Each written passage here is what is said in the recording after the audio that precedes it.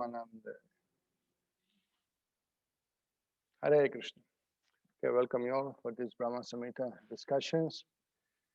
Today we'll be reading from the text 21 onwards, and then we have some pending questions to answer. Hare Krishna.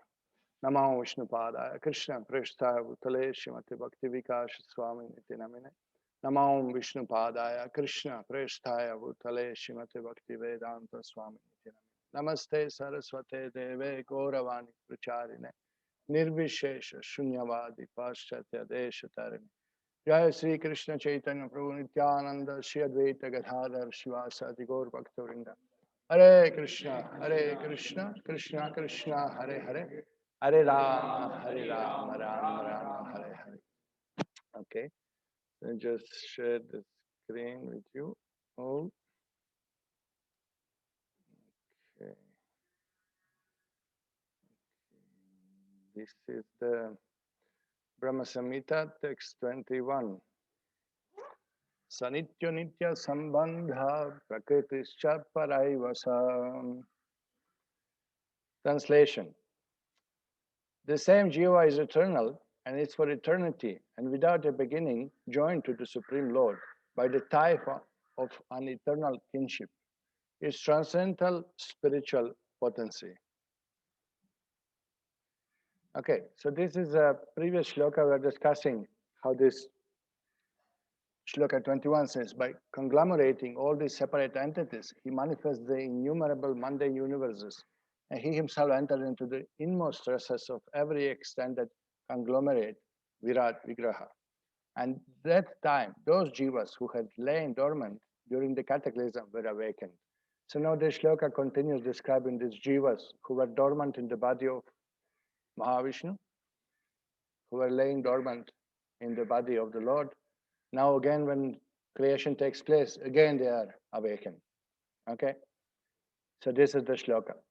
The same Jiva is eternal and is for eternity and without the beginning joined to the Supreme Lord by the tie of an eternal kinship. So here Swarupa of the Jiva is described, the eternal position of the soul. He is transcendental spiritual potency. Okay, I read the purport. Just as the sun is eternally associated with the rays, so the transcendental Supreme Lord is eternally joined with the Jivas.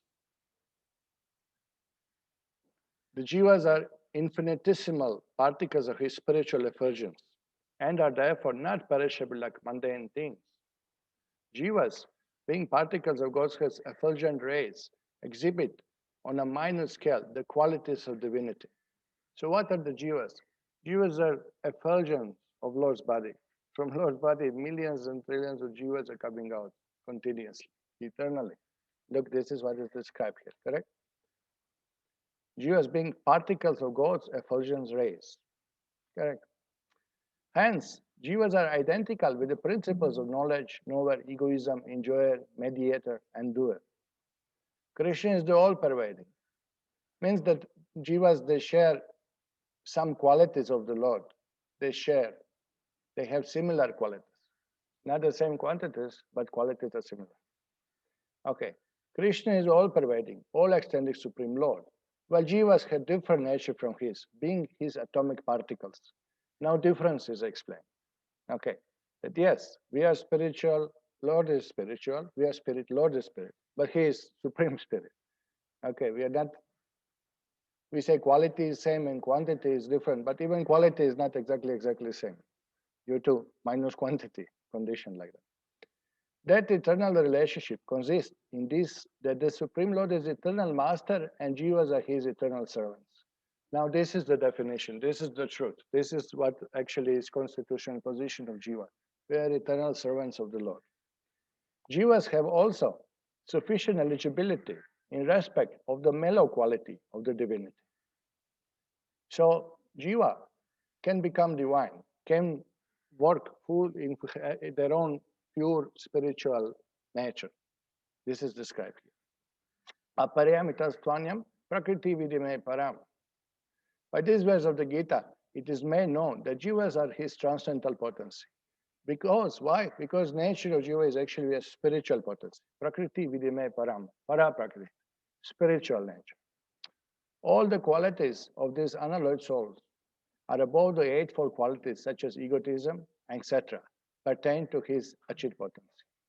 So now, when soul becomes pure, purified, pure soul, by the process of sadhana bhakti, by the process of devotional service, by the process of purification, then the qualities of that soul are above, automatically transcends one's condition of material nature. Mam chayo vyabhicharena bhakti yogana sevat sagunan samati chaitam brahma bhuya kalpate.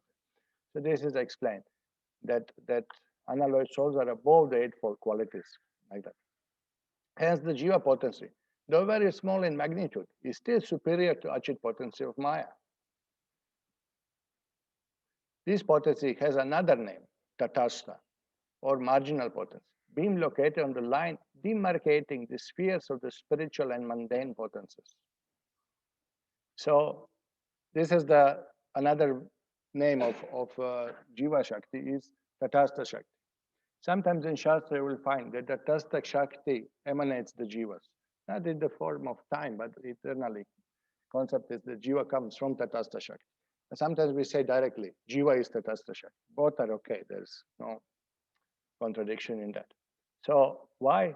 Being located on the line demarcating the spheres of spiritual and mundane potency. So he is susceptible to the influence of material energy owing to his small magnitude. Because Jiva is small, Anuatma. Now, Bhagavan is Paramatma and Jiva is Anuatma.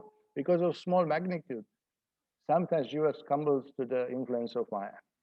But as long as he remains submissive to Krishna, the Lord of Maya, he is not liable to the influence of Maya. Mamevaye prapadyante mayametam taram. The worldly afflictions, births and rebirths, are the concomitants of the fatal condition of soul, fallen into the clutches of the deluding potency from a time that has no beginning. No, from the time there is no beginning. God knows when he will fallen to the material world. So this shloka describes this position of Jiva, explaining who are these Jivas, because suddenly you are coming from the Lord's expansion to the Shiva Tattva, to Mahatattva, Prakriti, and then suddenly Jivas are mentioned. Jivas are shifted here and there, there, you know. So here the position of Jiva is explained.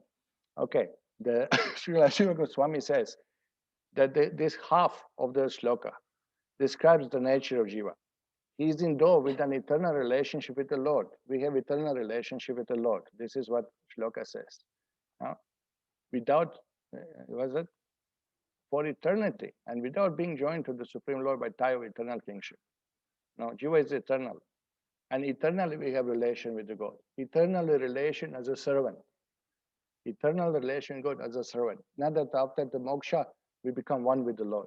We don't become God. God is God. But Jiva remains eternal servant. Katha Upanishad, all Upanishad explains this, that after the moksha, does the soul remains his individuality or not? That's the question. That after the moksha, do we become merged into the Lord or we remain individual? Of course, we remain individual to serve Lord eternally in the spiritual world. So here, the Nitya means extended with no beginning and no end in time, and relation is like that ray of light relating to the sun. So what is the ray of the light? Sunlight.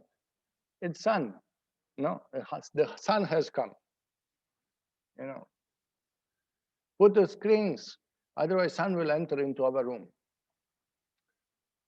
Put the screens. What is that called? The curtains. Put the curtains so that the sun doesn't come. You think sun will stop the curtains will stop the sun if sun wants to come? No, it's the sun rays. So sun rays are addressed as a sun, but again they are different. Correct? It's not exactly sun has come into my room. It's a sun ray. Now, if sun comes into your room, there will be no room and no yourself also. Everything will be burned into ashes. No? So obviously, this is philosophy achintya beda beda tattva. Simultaneously equal and different. Simultaneously one and different. So we are in nature spiritual. In nature, we are equal to Lord. That God is conscious, we are conscious. Nityo nityanam, God is eternal, we are eternal. Chaitanas chaitananam, that we already explained. But eko bahunam yo vidadati kaman. But one, he sustains everyone else. He maintains everyone. He fulfills the desires of everyone. He is Lord of everyone. Eko bahunam, of all these eternal living entities, eko bahunam yo vidadati kaman. So this is explained in the Shastras. So this is, anyway, we heard many times. I'll just share the screen so you can see some comments of Srila Jiva Goswami here. Shloka 21. He quotes from Narada Pancharatra. Yat tatastam tuchid rupam swasamvedyat vinirgatam ranjitam gunaragena sajiva iti kathyate. The Jiva is a conscious entity situated on the border, emanating from the Lord's consciousness and colored by the gunas. So this is another definition of Jiva from Narada Pancharatra. And then immediately he quotes, Srila Jiva Goswami quotes 15:7 Bhagavad Gita. Mamaramsha Jiva Loke, Jiva Bhuta Sanatanaha. The eternal Jiva is part of me in this world. Mama Eva Amsha, certainly my part. So part of Krishna. It's a spiritual. Krishna is pure spirit, so soul is also pure spirit. Prakriti Vidime Param, Jiva Bhutam. Another definition, 7.5 Bhagavad Gita. Not Jiva to be my superior Prakriti. Prakriti Vidime Param. And then he quotes Shvetashvatara Upanishad to explain that don't mistake this Atma, Jiva, in the heart to be Paramatma. No? Vasuparna Sayuja Sakhaya. The two birds are together on a branch of a tree. In this body, two souls reside. One is super soul and one is individual soul.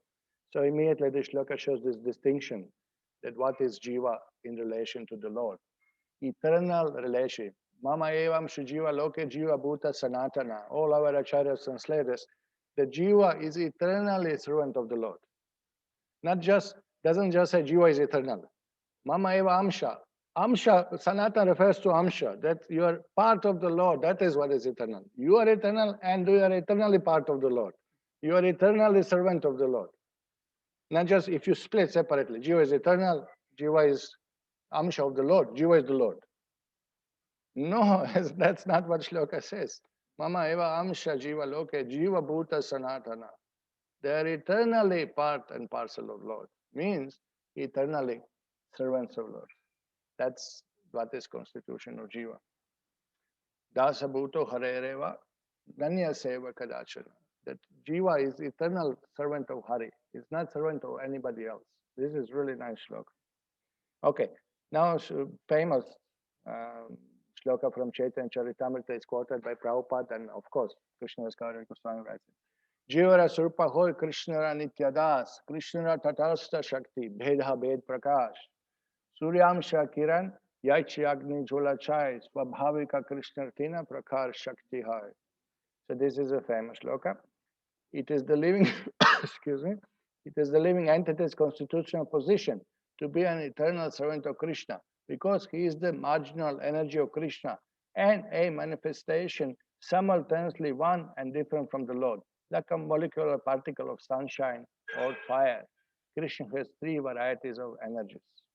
Okay, so here Tatastha Shakti is used here, Veda Veda, philosophy is used, Krishna Nityadas, eternal servant of the God. Okay, so I think we don't have to. Let me see, there are some more quotes. Okay, there are some more quotes. Now, description of Jiva Shakti. This is Bhaktivinoda Thakur quotes in his books. I think this is maybe from Jaiva Dharma or the Dasamula Tattva. He quotes this shlokas from Shvetashvatara Upanishad describing the Jiva. This is the definition of Jiva Shakti, very interesting. Ajam Ekam, of course, definition of Prakriti and Jiva and their relation. Ajam Ekam Lohita Shukla Krishnam Vakvi Praja Sijamanam Swarupa Aham Ajo Heko Chushamanu Nushete Jahatenam Bukta Bhogam Ajonya. So Prakriti, potency, is the mother of much progeny. The three modes of material nature, Sattva, in color white, Raja, red, and Tama, black. and therefore therefrom the 24 elements of this material nature. She is Swarupa, the energy of the Supreme Lord in his unborn, is his unborn eternal consort, and it's not different from him. Remember, yesterday we were discussing that Chit Shakti, Swarupa Shakti is one potency of the Lord. From that, all other potencies comes, and her potency is Prakriti also. And material nature particularly has these three colors: Sattva, Raja, and Tama, white, red, and black. Okay, she is being served and worshipped by another unborn personality. Unborn personality means eternal personality, Jiva, the conditioned Jiva, who in his ignorance considers himself the Purusha, enjoyer of her, Prakriti, the material nature. So one Jiva worships the Maya, misunderstanding her, misunderstanding himself to be enjoyer of her. Another unborn Purusha, the Jiva, situated in knowledge, renounces this false attempt to enjoy her and thus attains liberation. So this is the explanation of Jiva. Jiva can work under Tatastha Shakti, either can work under Maya or under Yoga Maya, spiritual potency. So this is described here. Okay, let me see. Do we have some? Yeah, this people are asking what is this red and white and black. Usually we see this color. What was it? Yellow, blue, and red for the three modes.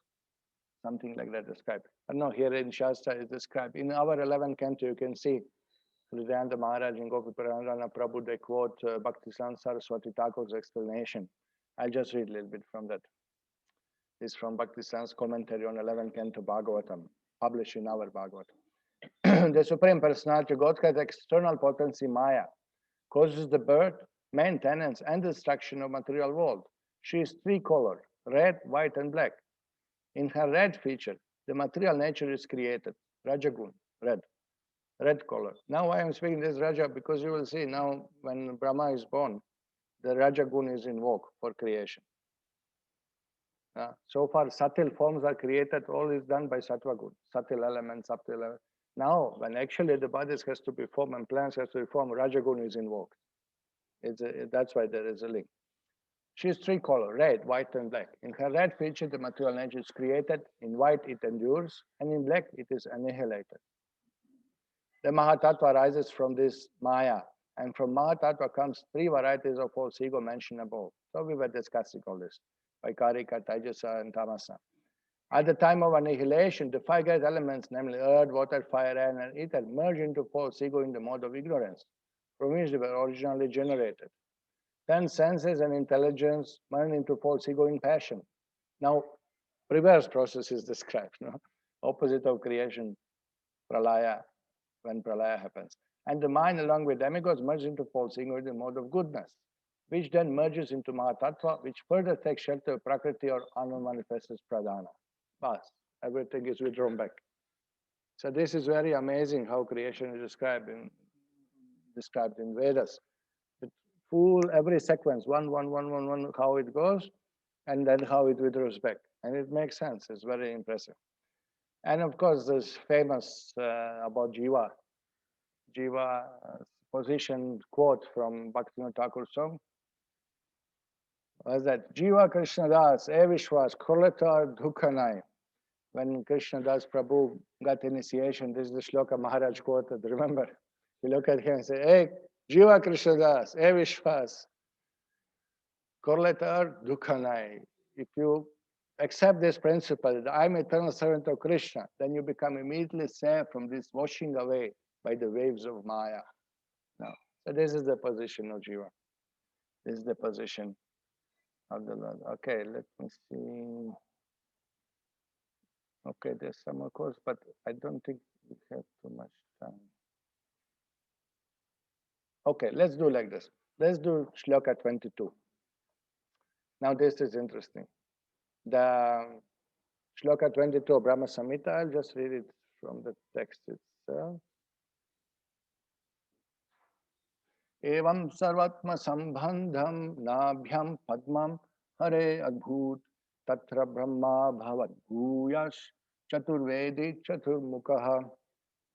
Now this is the appearance of Brahma, Chaturmukhi Brahma. The divine lotus, which springs from the navel pit of Vishnu, is in every way related by the spiritual tie with all souls, and it is the origin of four-faced Brahma, versed in the four Vedas. Okay, so now there's the lotus is described, which arises from the navel pit of Garbhodakashayi Vishnu, and he is a, what is that? Origin of four-faced Brahma. Now finally the Brahma as we know him, as if we know him. But the four-head, the Chaturmukhi Brahma is described finally here. Okay, so I'll just read the purport and then we will we'll see the commentaries. The same divine lotus originating from divine person enter into the hidden races is the superior plane of aggregation of all individual souls. Now what is it? All the souls that Garbhodakashayi Vishnu collected to bring into each universe, they all accumulated in his body. And they come out as a sprout and the lotus. So this sprout and lotus you will see in Bhagavatam described as a shining effulgence, amazing effulgence is there. Why? Because Jivas are shining. That will be described in Bhagavatam. Okay. So the same divine lotus originating from divine person enter into the hidden races in the superior plane of aggregation of all individual souls. Superior plane of aggregation of all individual souls, that all these souls are clustered together. Okay. Now here, what is it? The four-faced Brahma, the image of self-enjoyment. Now the first living entity is born, what? To enjoy in material world. This is what it is. The image of self-enjoyment derives his origin from prototype Brahma or Hiranyagarbha. Remember, we were describing that outside of universe, there's a prototype Brahma who gives his qualities and Shaktis to all Brahmas of all the universes to run the show.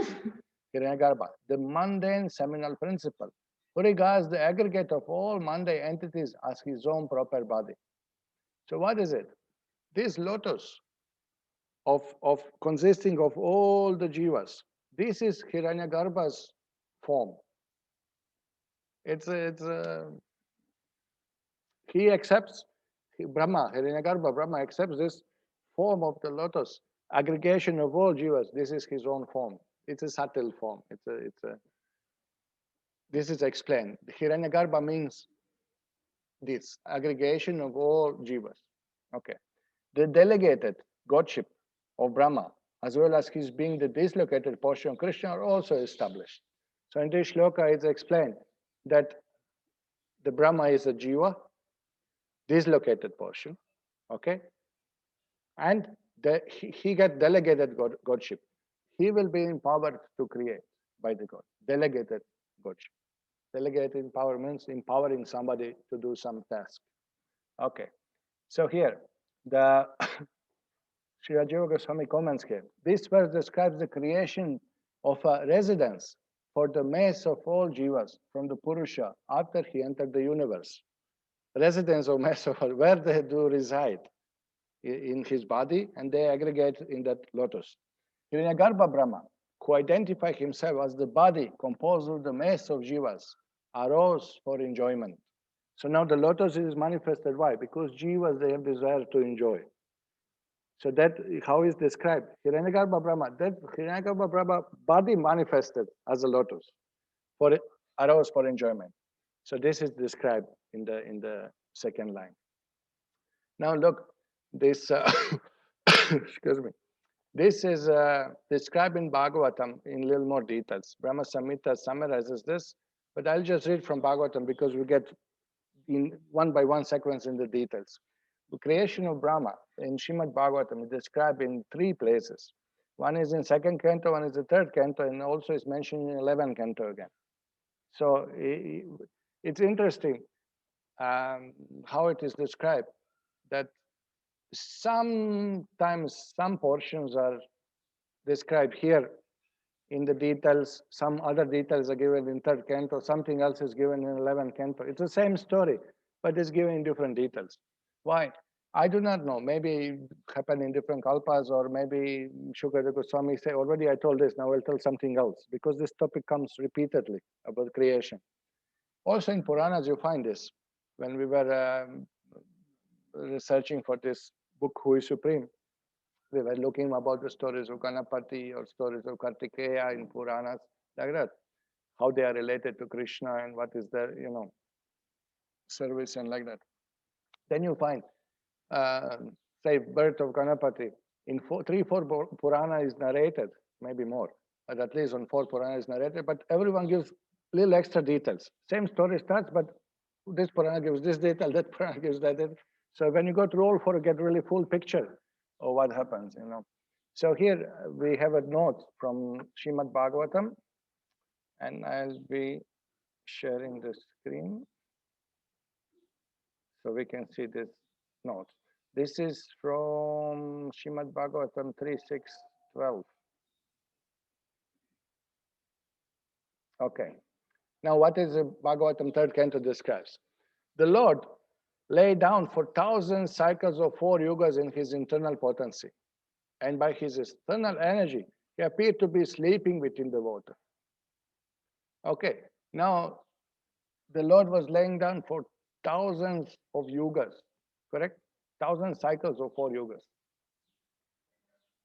When the living entity were coming out for further development of their fruitive activities, actuated by the energy called Kala Shakti, he saw his transcendental body as bluish.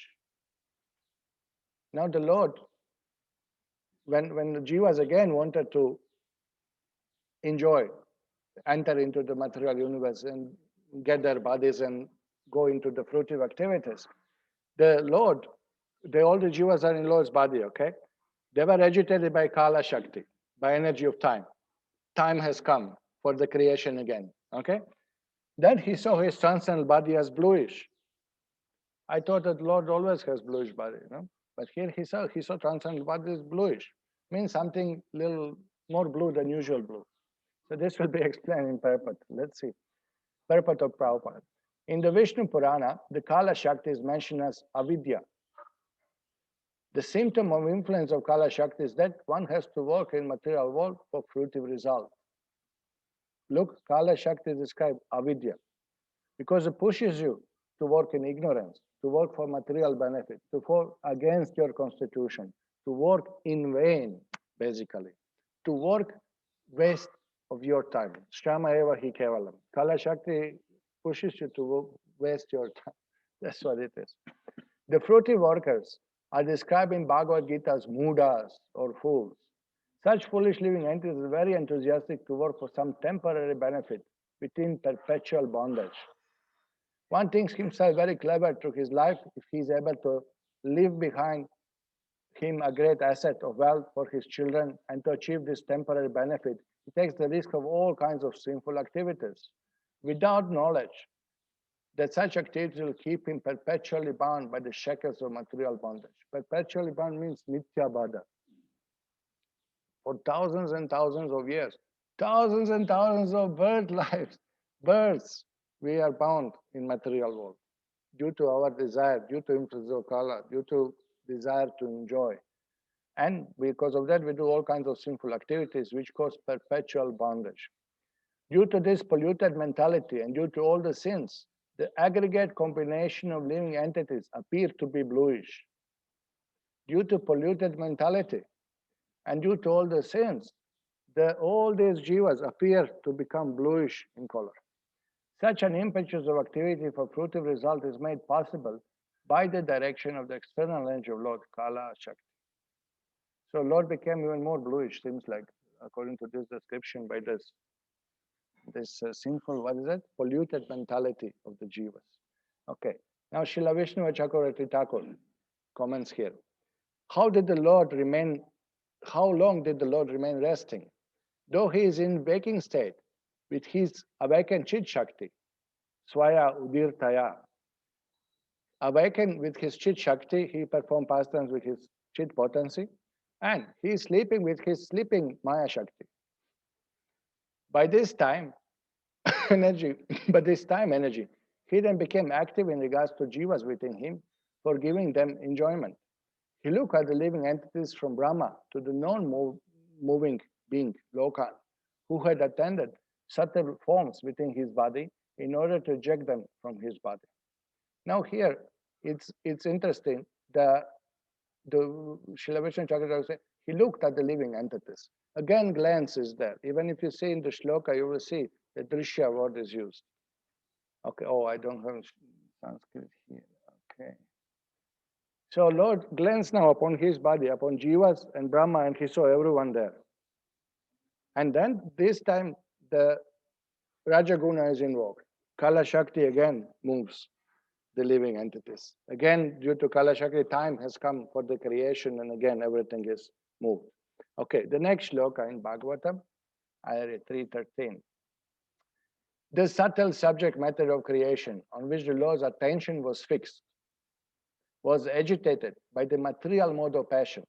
And thus the subtle form of creation pierced through his abdomen. Look at the word, drishter. Drishter, darsha, drishter means he glanced. Actually, he glanced. This is second glance. No? So the subject matter of creation on which the Lord's attention was fixed was agitated by material mode of passion. And thus the subtle form of creation. Subtle form of creation is called Hiranyagarbha. Okay. Subtle form of creation is called Hiranyagarbha. Means aggregation of all living entities. Pierced through his abode. So Srila Vishnu Chakravarti Thakur said, after his glance entered into subtle bodies of jivas, artha sukshma, to pull them out, the material elements within him, antargata artha, with very subtle forms, taniyan, became agitated by rajas according to time, and were brought forth, pushed them upwards from his navel. So you see how, who creates the world? Is Jiva's desire for the fruitive activity. But Jiva has no capacity, therefore Lord has to do it. On the behalf of Jiva, by the desire of Jiva. You see? Okay. Let's see here comments. Okay. Then now we continue. This is in third canto Bhagavatam. It's interesting because more details are given. Piercing through the Lord's abdomen, the sum total form of the fruitive activities of the living entities took the shape of the bud of a lotus flower generated from personality of Vishnu. And by his supreme will, it illuminated everything like the sun and dry up the waste water of devastation. So whatever remnants of the catastrophical pralaya around, now these effulgent jivas, by their effulgence, it dried up everything. Means, okay, now everything is clean, sun has come, let's start creation again, you know. So here, the material element transforming into a lotus bud by time stood above the waters of devastation by the force of the awakened karmas of the jivas. The lotus bud had Vishnu Atma as its source. It was like the sun illuminated by its effulgence. It did not depend on the sun to light up the water. So see, you can understand that the effulgence from the jivas coming like that. And also, now you can see here, the material elements are there in the lotus. The time energy is there. The karmas of all jivas there. The congregation jivas themselves are there. The lotus stem will be used as a building material for all the planets, all the bodies within the universe. And all these factors are there. The elements are there. The desires are there. Karmas are there. So everybody will get his own body, his own position, his own place in the universe. Everything is aggregated there. So this form is called Hiranyagarbha. Okay, one more. Into that universal lotus flower, Lord Vishnu personally entered as a super soul. Now, Garbhodakasha Vishnu explains it to Kshiradakasha Vishnu, enters into that lotus flower. And when it was thus impregnated with all the modes of material nature, the personality of Vedic wisdom, whom we call the self-born, was generated. So this is the cause of Brahma. No? Lord now enters as a Paramatma and brings up the Brahma here, purport. Okay, now here. This lotus flower is the universal Virat form, or the gigantic form of Lord in material world. Now this may be sometimes confusing. That Hiranyagarbha sometimes refers to Garbhodakasha Vishnu himself, because he shows the universal form. Sometimes refers to Brahma, but doesn't matter. Why? Because the Garbhodakasha Vishnu has a concept, has a blueprint how the universe should look like. That subtle form, the blueprint of the universe, that is given, projected, given knowledge to Brahma how to create. So whether Hiranyagarbha is called Garbhodakasha Vishnu, and this is Virat Rupa, universal form of the Lord, or it is called Hiranyagarbha Brahma, it doesn't matter. It's the same thing. It's actually all concept of the universe manifested in subtle form before actually it's created. Okay, so this is called Hiranyagarbha Brahma. It will be explained by Prabhupada further in the purport. It becomes amalgamated in the personality of Vishnu in his abdomen and at the time of dissolution, and it becomes manifested at the time of creation. Okay, so all the Virat Rupa, all the universe, whatever bodies, gross bodies, subtle bodies, planets, all the elements, everything is merged back into the body of Garbhodakasha Vishnu in this case. And when creation comes place, again comes out of his. This is due to Garbhodakasha Vishnu who enters into each of the universes. In this form is the sum total of all the fruitive activities of living entities conditioned by material nature, and the first of them, namely Brahma, or the controller of universe, is generated from this lotus flower. So what is that? The sum total of all fruitive activities of living entities. So you see, it's not just jivas, it's their fruitive activities, karmas. No? Everything is set, fixed there. The first born living being, unlike all the others, had no material father, and thus he is called self-born, Swayambhu. He goes to sleep with Narayan at the time of devastation. And when there is another creation, he is born in this way. From this description, we have the conception of three entities. Prabhupada writes, hear this. From this description, three entities are described. The gross Virata form, okay? Gross Virata form, when universe is actually manifested. The subtle Hiranyagarbha, the concept of the universe, the subtle elements, all the subtle desires of living entities and the jivas, and the material creative force Brahma and Chaturmukhi Brahma finally. So these three are called all Brahmas. These are three forms of Brahma.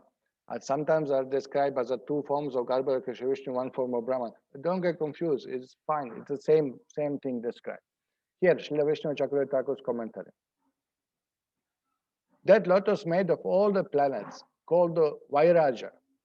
Okay, now the new term is introduced, which is not new if you read Prabhupada's books. Prabhupada say Vairaja Brahma or Hiranyagarbha Brahma. Now the distinction will be given. That lotus made of all planets called Vairaja, which at the time of devastation can enter a subtle state. When all the elements are devastated, merged back into the body of Garbhodakasha Vishnu. All the planets, all the bodies, all the subtle, everything meant. So, this is described. Lotus made of all planets called Vairaja. So, Vairaja is gross, which at the time of devastation enter a subtle state, now appear at the end of devastation in form of lotus. Vishnu as Antaryami entered that lotus. Pravivishad has the same meaning, Pravivishad. That lotus holds within itself the manifestation of the effects of all the gunas, Swarga and Naraka, to be enjoyed by the jivas. Okay? Brahma appeared within that lotus. He is the self-born because he has no visible parentage. You can see Prabhupada's purport just follows Vishnu Chakravarti Thakur's purport. He was previously merged with Narayan in sleep. When the Lord awoke, he appeared by means of the lotus. There is who? Brahma, no? When Lord awoke, the Brahma appeared by the means of the lotus. There is the gross form of Brahma called Vairaja, the lotus of the planets. Okay, so this gross material universe which is manifested. There is subtle form called Hiranyagarbha. There are also four-headed Brahma, the creator, who appear from the lotus time. Thus, there are three forms of Brahma. Okay? So this is what it is described. It's like this. Sometimes Acharya says there are two forms of Brahma. Sometimes they explain three forms of Brahma. Universal form is material form, is imaginary form. That we will also be reading. How different Mahaloka, Janaloka, Tapaloka, the different 14 planetary systems represents the body of the Lord. It's meant, anyway, we will come to it. We'll be reading that one also. So where we are? Okay.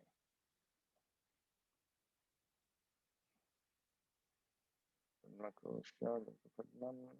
good.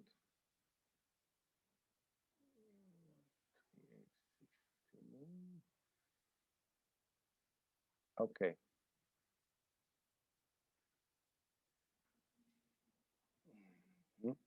Okay. So now we'll read Shloka 6. Was the 22 we read? 23. Shloka 23. Sanjato Bhagavad Shaktya Tatkalam Kila Choditaha Sisikshayam Matin Chakre Purva Samskara Samskritaha Tadarsha Kevalam Bhantam Nanyat Kim Api Sarvataha. So now this is text 23, Brahma-saṁhitā. On coming out of the lotus, Brahma, being guided by the divine potency, turned his mind to the act of creation under the impulse of previous impressions, but he could see nothing but darkness in every direction. Now this is interesting. Now what to do in life? Brahma is created, no? Divine potency. Here you can see Bhagavad Shaktya. Bhagavad Shaktya, by the divine potency. So, inspired by the Lord, by the divine potency guided, the Brahma turned his mind to act of creation. Why? Under the impulses of previous impression. Brahma had desires, karma from previous life, to create, to control, to enjoy. So he was reminded by divine potency. His mind was set back. Yes, you wanted to, okay, now set your mind for creation. You wanted to create. Now is the time of creation. Now you create. So that desire was brought back to him. That mindset was brought back. You see? You see how is explained? Turn his mind to the act of creation under the impulse of previous impressions. But he could see nothing but darkness in every direction. But he on his own could not figure out how to create, what to create, where to start, where is material, how should look like. Nothing he knew. Purport. Brahma's impulse for creation arises solely from his previous impressions. All jivas gather nature conformably to their impressions of previous births, and according to their activities can have their activity can have a beginning. So this is how we get the bodies. This is how we are placed in certain families, in certain countries, certain mind frames, certain attachments, certain desires. It is called the unseen or the result of previous deeds. Otherwise, modern science cannot explain, other religions cannot explain why I'm born in this country, why you're born to these parents, why, if you don't believe in karma, you can't explain this world. You can't explain. The children born of the same mother, they all look different, they all different character. How do you explain this? No, supposed to be same, but it's not same. And even if they are same, we were explaining yesterday, even bodies are same, minds are completely different. So every jiva is individual, completely different. Okay. His natural impulse is formed according to nature of the deeds done by him in previous kalpa. His natural impulse, you see, what is his nature? Oh, I'm like this, a little fiery by nature. Sorry. You know, how? His natural impulse is formed according to nature of the deeds done by him in previous kalpa. Now we are speaking about previous kalpa, not only previous life. Okay. Some of the eligible jivas also attend to the office of Brahma in this way. Okay, so now that every Brahma just fell down from the spiritual world, some of the eligible jivas who have bhakti, but they are still attached to material enjoyment, they attend the office of Brahma in this way. Because it's a post. This is a very proper word. This is a post. Brahma is post. You can become Brahma. Brahma is not name of the person. Brahma is name of the post. Brahma, Indra, Vayu, Agni. This is a post. These are the posts. Okay. So now we'll see the commentaries here. Let me see Shloka 23. Oh my goodness, just 1 second, please. Shloka 23. Okay. Now there is continuous. Shloka 23. There is a Srimad-Bhagavatam. Now, third canto. We continue reading from the third canto of creation. Okay. Vitas are there. Here, Shloka 16. Brahma, born out of the lotus flower, could not see the world, although he was situated in the wall of the lotus. He therefore circumambulated all space, and while moving his eyes in all directions, he achieved 4 heads in terms of the 4 directions. He was looking left, zoom, 4 heads manifested. This is how it's described. Bhagavatam Shloka. Okay. The next shloka says like this. Lord Brahma, situated in that lotus, could not perfectly understand the creation, the lotus, or himself. At the end of the millennium, the air of devastation began to move the water and the lotus in great circular waves. Now, still that little bit of air, little bit of wind, little bit of waves, the lotus start moving like that. So, he is concerned. What's going on? It's the nature of material world is shown a little bit here. Now look at the purport. Lord Brahma was perplexed about his creation, the lotus and the world, even though he tried to understand them for 1 millennium. Okay, it is said, how much? Yeah, 1 millennium, which is beyond the calculation solar years of human beings. No one, therefore, can know the mystery of creation and cosmic manifestation simply by mental speculation. Immediately lesson for us. What happens to Brahma when he is born will happen to all of us. It did happen to all of us. We are born in ignorance, actually. We do not know. Baby does not know even who are the mother, father, what to speak of, origin of universe or something. And also when we grow up, we know who are our immediate effect, the mother and father. But who is the origin of life? What is the origin of life? What is the origin of universe? What is the origin of creation? That remains unknown. So this is the nature of the Jiva's birth in material world. We are born in ignorance. That's a fact. Okay. So no one therefore can know mystery of creation and cosmic simply by mental speculation. Brahma was trying, could not figure out with 4 heads. The human being is so limited in his capacity that without the help of Supreme, he can hardly understand the mystery of the creation, continuance and destruction of cosmos by the will of the Lord. So this is the thing. If we want to learn, actually we have to get it from the Supreme Lord. We have to get knowledge from Krishna. Krishna knowledge comes through parampara. Krishna knowledge comes through Shastras, Guru, Sadhu and Shastra. Shiva Vishnu Chakravarti Thakur comments here. Brahma was bewildered about how to create what had previously been created. Okay, so he had some impression. There was a previous universe. He knew something. In order to show the people that his power to create universe does not belong to him, but is given by the Lord. Therefore, Brahma was bewildered. Huh? Brahma was bewildered just to show us that, look, without the creative power of the Lord, without the mercy of the Lord, it is not possible for him to create. Okay. Then next shloka says like this. Lord Brahma, in his ignorance, contemplated. Who am I, situated on the top of this lotus? What is this solitary lotus on the vast water? And where from has it sprouted? There must be something downwards, and that from which this lotus has grown must be within the water. Okay. Now, long time ago, I discussed with Madhva Pandit about this, but he never sent me quotes and I could never verify this. So I'm just telling as a story, okay? He said that Brahma is seeing the lotus, he's seeing the water. How come he cannot see the Vishnu? First of all, Vishnu is spiritual, Brahma is material. So by material eyes, you cannot see the spiritual form of the Vishnu. He could see what Vishnu showed him to see. Vishnu showed him to see the lotus and the water, but he did not show himself. So this is first explanation. Second explanation, he said that even water, what he's saying, this is little water accumulated in the navel around the lotus, just little imprint of water, what is the size of Garbhodakashaya Vishnu? That he could not conceive. Just like small ant crawls on your body. He doesn't know he's on your body. He has no clue he's crawling on somebody. Yeah? So Brahma, he saw the lotus, he saw the water, and that was the big ocean he was seeing, the little water accumulated in the. I mean, this is one of explanation.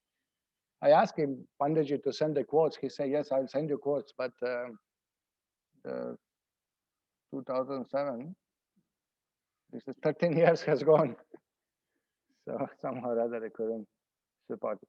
Anyway, the idea is like this, that Brahma is thinking, this is in Bhagavatam, shloka, who am I? What is this lotus? And where has it sprouted? Must be something downwards. And that from which this lotus has grown must be within the water. Okay. So Srila Prabhupada writes in purport, the subject matter of the speculations of Brahma in the beginning regarding creation and cosmic manifestation is still subject matter for mental speculators. Who am I? What is the origin of the universe? Still is going on. Still all the big brains in the world, big scientists, they are discussing this. Einstein did, and now all this, what was his name? Stephen Hawking and all the others, big brains, they were discussing the same subject. Now look at this. The most intelligent man is he who tries to find the cause of his personal existence and that of the whole cosmic creation, and thus try to find the ultimate cause. If his attempts is properly executed with penances and perseverances, it is sure to be crowned with success. Now Prabhupada is kind of encouraging to be inquisitive. But he said, unless you do penance and perseverance and you be patient in your endeavor, you will not succeed. He put it positively. With penance and perseverance should to be crowned with success. Now, what is the penance? Actually, you require to follow sadhana. You require to follow the process given by Krishna. So Krishna can reveal himself. He can reveal himself and the universe and everything else to the deserving soul. Okay, I'll read the next one. Just next shloka from third canto. Lord Brahma, thus contemplating, entered the water to the channel of the stem of the lotus. But in spite of entering the stem and going nearer to the navel of Vishnu, he could not trace out the root. So he went into the stem and went down, right into the water, because we understand some portion of the lotus in the water. Or it's really like this Madhva says, that through that water, because this is how they explain. Okay.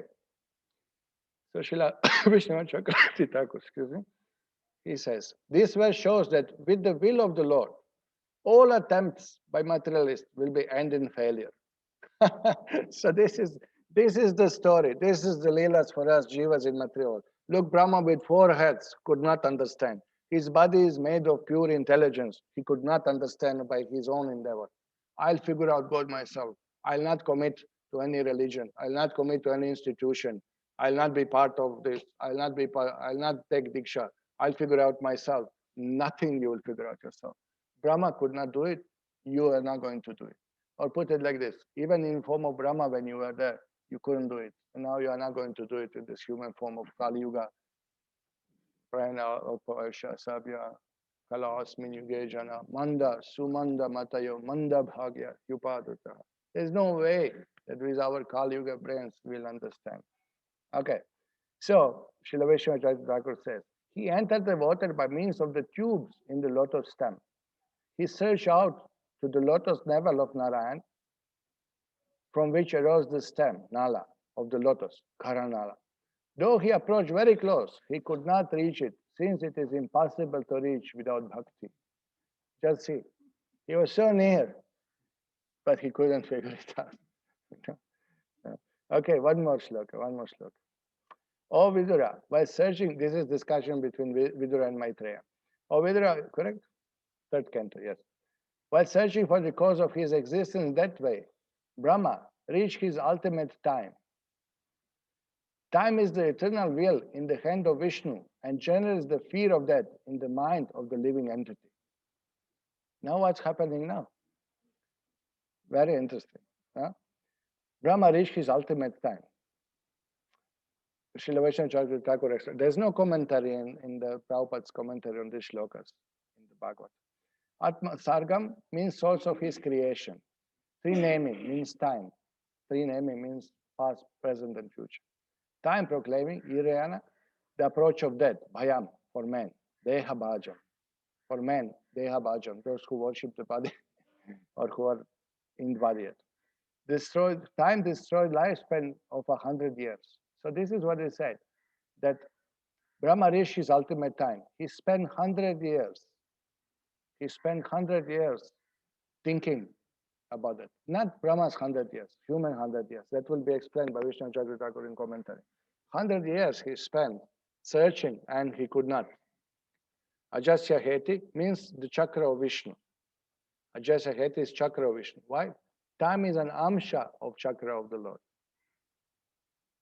So the Lord, Kala Shakti, is moved. It's expansion of chakra of the Lord. That is already explained. Remember, we are quoting Prabhupada's purport, where he said that Lord creates by glance.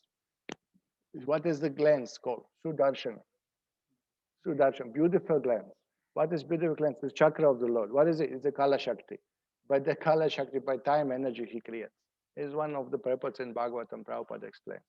So here, Brahma spent 100 years and he given up. No, this I cannot do that.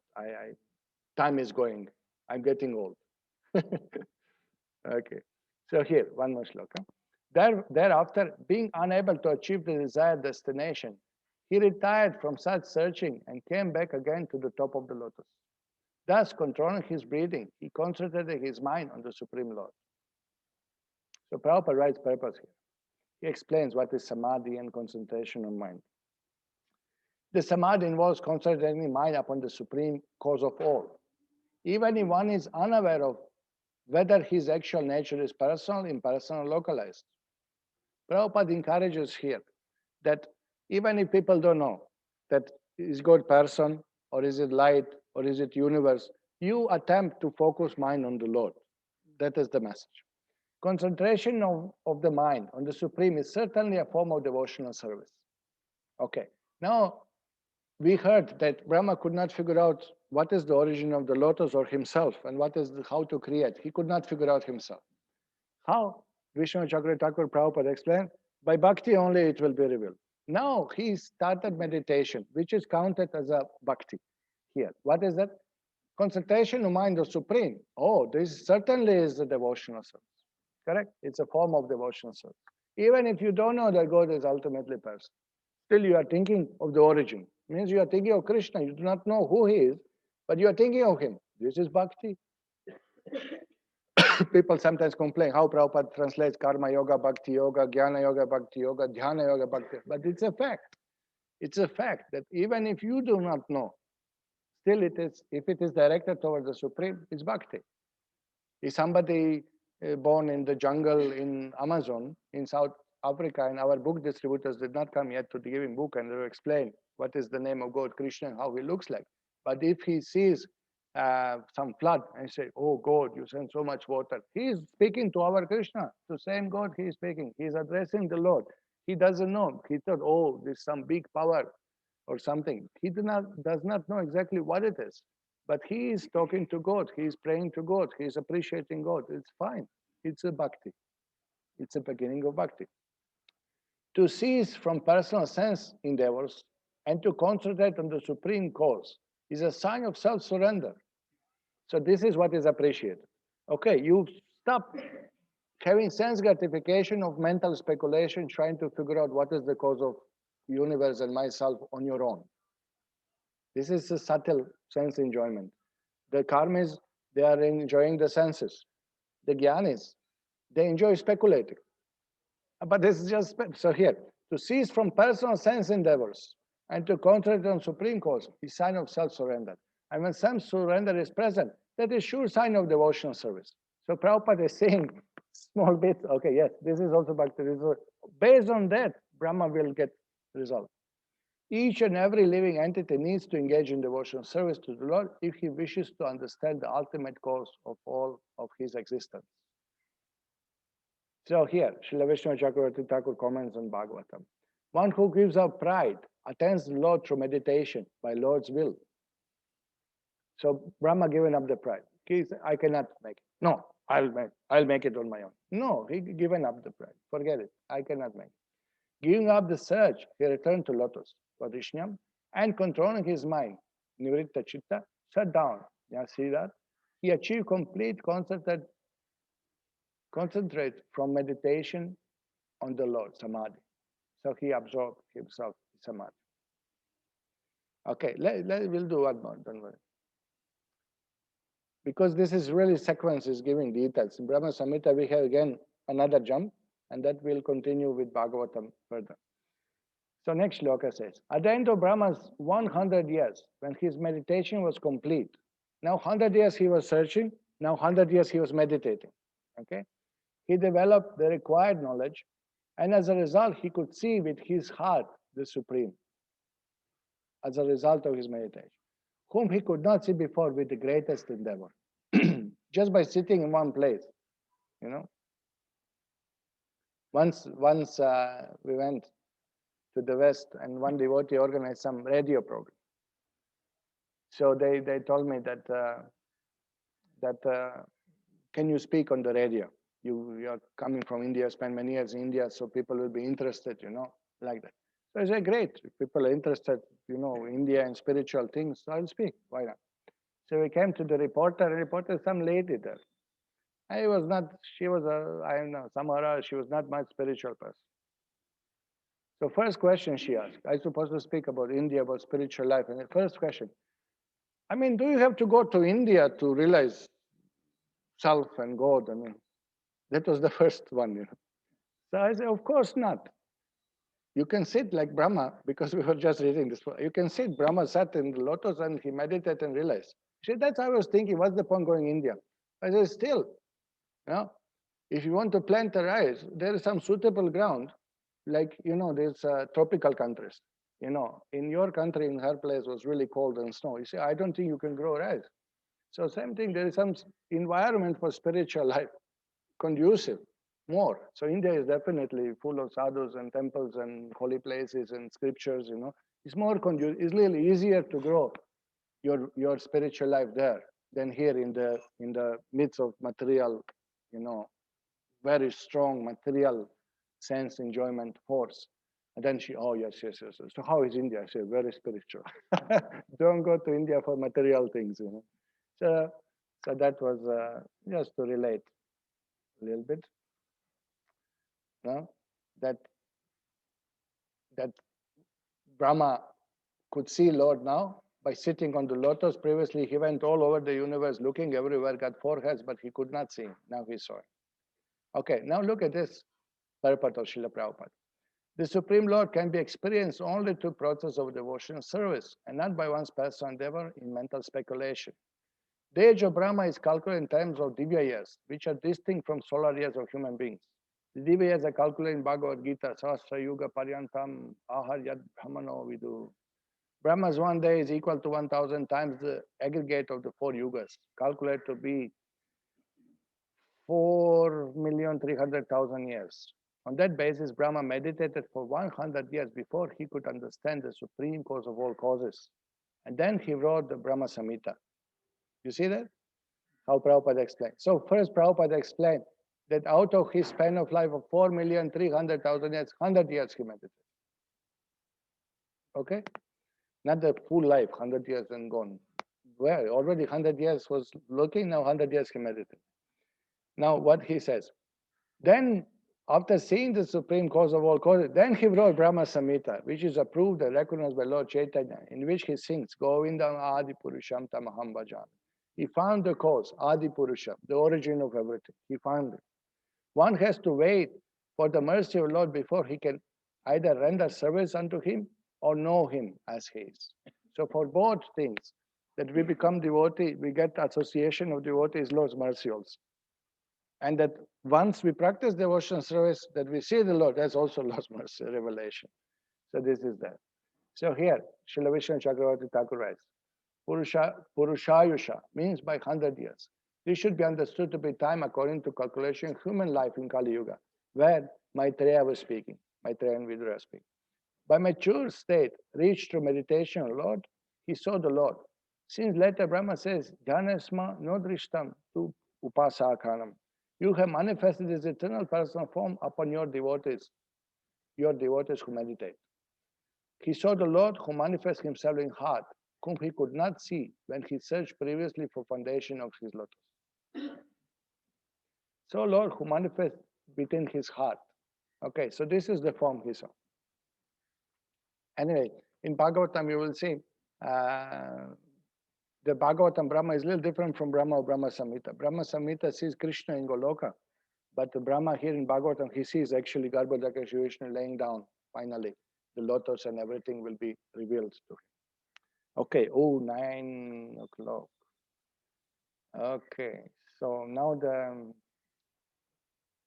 story continues, but I will stop here because we have some questions pending from previous sessions, and also I hope you have some questions for today. Thank you very much for coming and hearing. I hope this is interesting. This is, we are just at the beginning of creation of material also.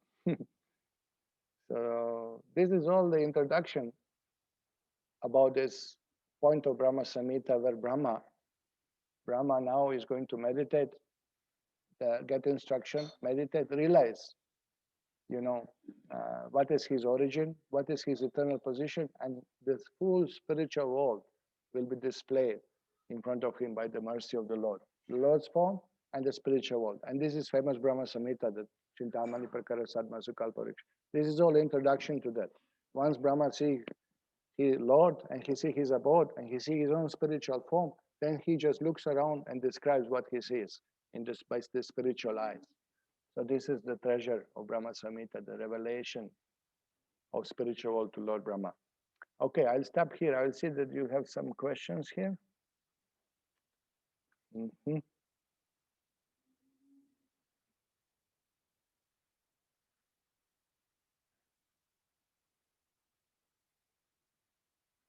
Okay, the question is like this.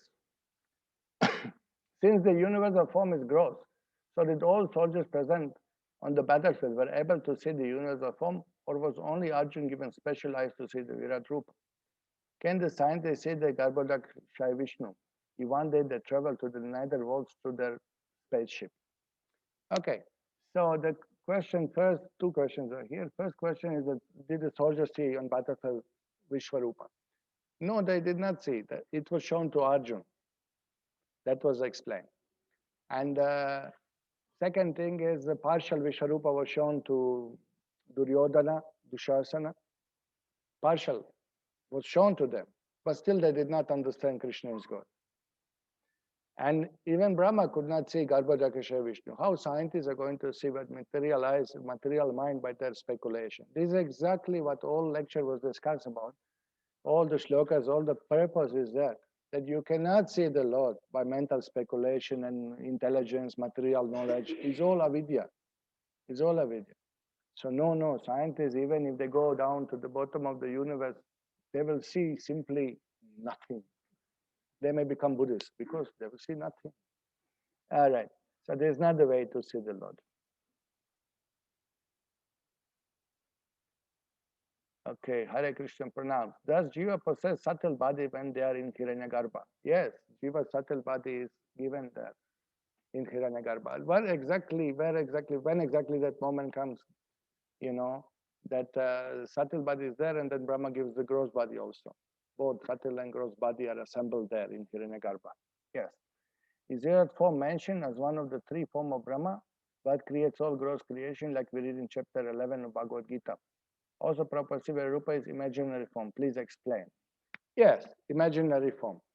The Virat form is mentioned of the three form of Brahma. It's a gross form. It's actually manifestation of the universe. The universe, as you see, all the planets, all the living entities, everything in the universe, 14 planetary systems. This is what is Virat Rupa. This is what is Virat. So, what is that? Also propose imaginary form. Please explain. Imaginary form. Okay, I will explain imaginary form. This is in second canto of Srimad-Bhagavatam, but you have to give me a few seconds to see where is that imaginary form. Well, I'll just say instead of, I can show you next time, or you can see yourself in the folio. You type imaginary form and you will see. I think if I remember, second canto describes this. Second or third canto, both second canto, I think, describe this Virat Rupa, and you will see the different planetary system represent different parts of the body of the Lord. Rivers represent his veins, and the hair on the body. Different, what is the trees? They represent the hairs of the body, and like that. I don't remember full details, but you can see it's right there in Srimad-Bhagavatam second canto. Why imaginary form? Actually, the planets are there. What you see is the planets, the universe gross manifestation. You don't see actually the form of the Lord.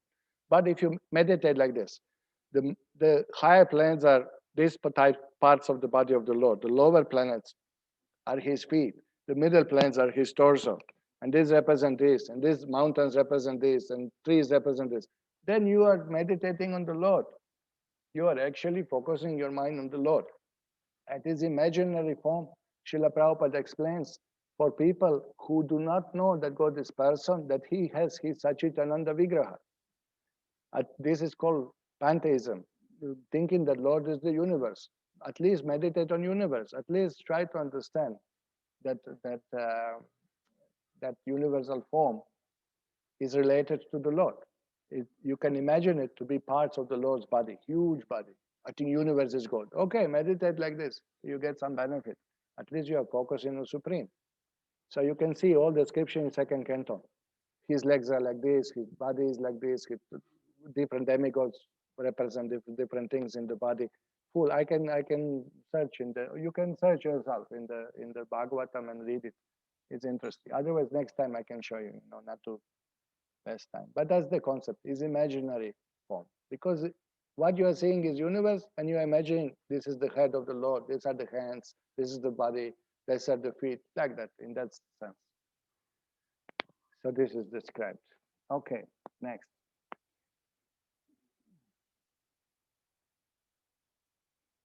In one shloka, we say Brahma was bewildered for 1 millennium and later was 100 years. How to understand? But we can understand in the sense that it was very, very, very long time. Very long time. Very long time he was doing the search. You can't everything pin down exactly black and white. Very, very long time. Sometimes, yesterday, one devotee came after a long time, and Chittahari Prabhu said, "Oh, after 10,000 years you have come." What does it mean? How to understand? After a long time he has come. Okay. So we have some pending questions from before, correct? There's some pending questions. Okay, for the pleasure of all devotees, here are the pending questions. I'm sharing the screen with the questions? No, I just read. But this is already shared. Okay, so it's not shared? Oh, I think I closed now. Where is that? Go, Bhagavan. I just closed it now. Just 1 second, give us, there's some pending question from last time. And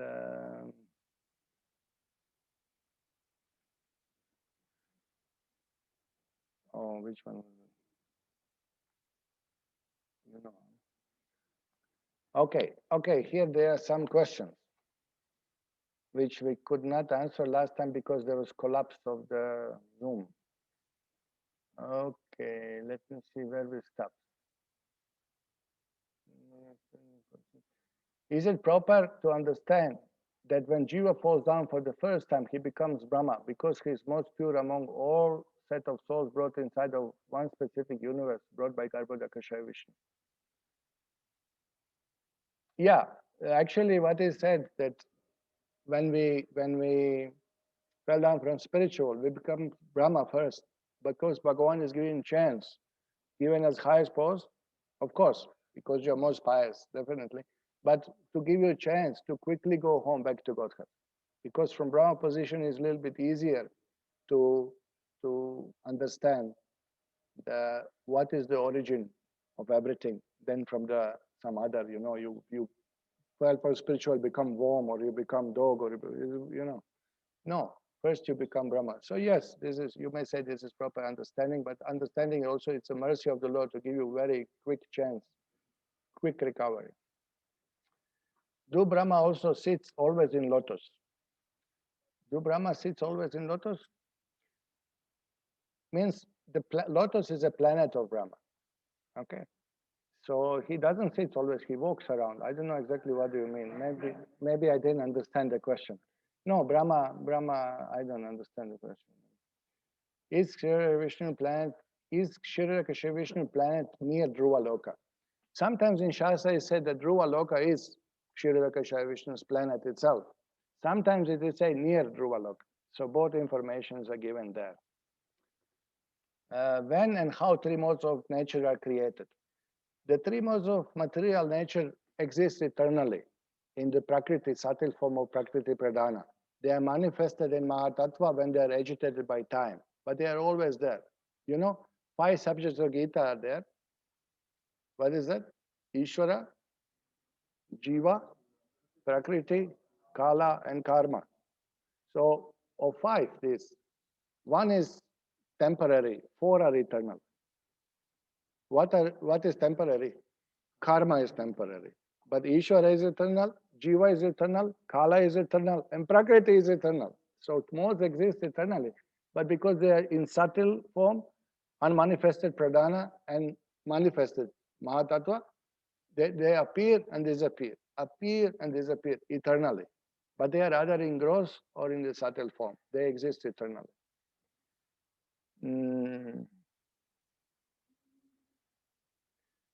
Who are the snakes on Lord Shiva's body?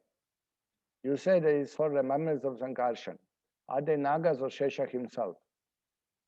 Prabhuji, I do not know. Simply, I surrender to this question. Okay.